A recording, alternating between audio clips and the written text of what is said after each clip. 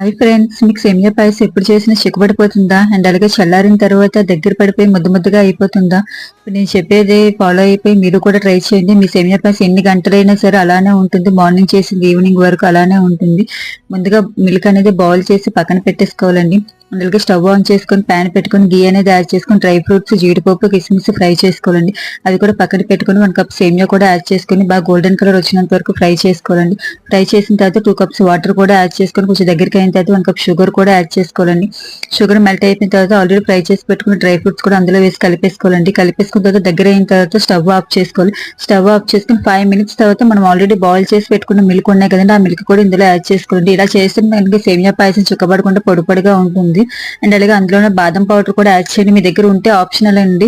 ఈ బాదం పౌడర్ వేయడం వల్ల పిల్లలు చాలా ఇష్టంగా తింటారు. ఇంకా కావాలి అంటారు. బాదం పౌడర్ మనకి హెల్త్ కి చాలా మంచిది కాబట్టి మీరు కూడా ట్రై చేయండి ఇలాగా. Okay friends, please subscribe.